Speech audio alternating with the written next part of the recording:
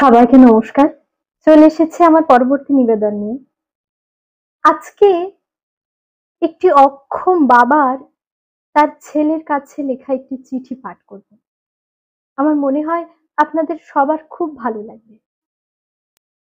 তোমার দরিদ্র জন্মদাতা তোমার চাহিদা তো দূরের কথা, তোমার মৌলিক চাহিদাও সম্পূর্ণভাবে পূরণ করতে পারেনি। কিন্তু তুমি তো গরিব নও, সুতরাং ছেলে মেয়েদের কোনো শখ যেন অপূর্ণ না থাকে। তোমাদের আশীর্বাদে আমি ভালোই আছি। পাশের রুমের গনি মিয়া আমার সুখ দেখে ঈর্ষা করে, কেননা তুমি বছরে দুবার আমার কাছে ছুটে আসো।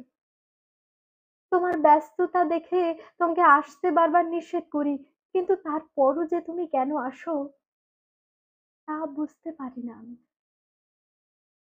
এটা ভেবো না যে তুমি না আসলে তোমাকে ভুলে যাব বা তোমাকে কম আশীর্বাদ করব, বরং তোমাদের প্রতি আশীর্বাদের পরিমাণ দিন দিন বাড়তেই থাকবে। তাছাড়া প্রতিনিয়ত যেভাবে অক্ষম হয়ে যাচ্ছি, তাতে আমার দুনিয়াটা সংকীর্ণ হতে হতে আমার এই এক চোখ ভাঙা চশমার মতন হয়ে দাঁড়িয়েছে। আফসোস বেচারা গনি মিয়ার জন্য। ওর সন্তানগুলো এখানে রেখে যাওয়ার পর একবারও খোঁজ নেয়নি, শুধুমাত্র টাকা পাঠানো ছাড়া।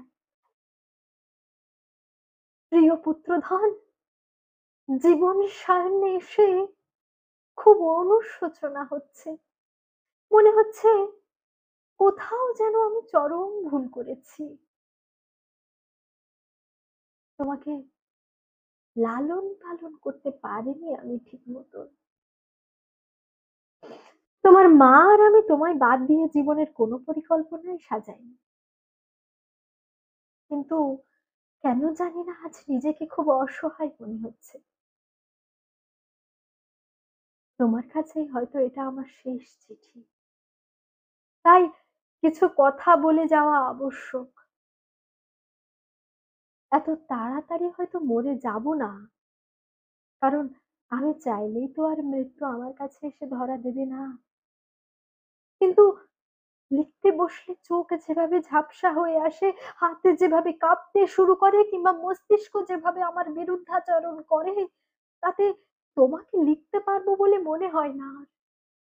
তাই জীবনের এই শেষ কথাগুলো আজকেই বলে দেব। ভেবো না, ভেবো না তোমাকে কৈফিয়তের কাঠগড়ায় দাঁড় করাবো না আমি। মরণ সমুদ্রের বেলাভূমিতে দাঁড়িয়ে মনে হচ্ছে সন্তান হিসেবে তুমি সুসন্তানের দায়িত্ব পালন করলেও বাবা হিসেবে আমি মোটেও সফল নই। বৃদ্ধাশ্রম নিয়ে সমাজে অনেক খারাপ কথা প্রচলিত আছে, কিন্তু আমি সেরকম মনে করি না। তুমি আমাকে জোর করে বৃদ্ধাশ্রমে পাঠাওনি, বরং আমি তোমার চোখের জলের বিরুদ্ধাচরণ করে এখানে আশ্রয় নিয়েছি। এত হিসেব করে তোমাকে মানুষ করা বৃদ্ধ যদি আজকে আমার দাদু ভাইদের উজ্জ্বল ভবিষ্যতের অন্তরায় আসে, তবে সেটা বেমানান বটে। এখানে একটা ছেলে আমাদের দেখাশোনা করে, ওকে দেখে তোমাকে না দেখার যে ক্ষোভটা, সেটা পূরণ করে। ছেলেটা বলে সে নাকি রক্ত বিক্রি করে হলেও তার বাবা মাকে খাওয়াবে, কিন্তু বৃদ্ধাশ্রমে পাঠাবে না কখনো। ছেলেটার কথা শুনে আবেগপ্রবণ হয়ে পড়ি, কিন্তু পরক্ষণেই ভাবি এই নিয়ে ছেলেটার সঙ্গে কথা বাড়ানো যাবে না।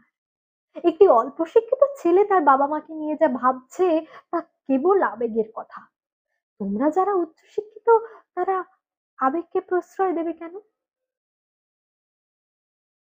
বাবা, আগামীবার আমাকে দেখতে আসার সময় দাদু ভাইদের একবার নিয়ে এসো। আমি দেখতে চেয়েছি শুনলে ওরা নিশ্চয়ই আসবে। বৌমাকে এত দূর আনতে হবে না।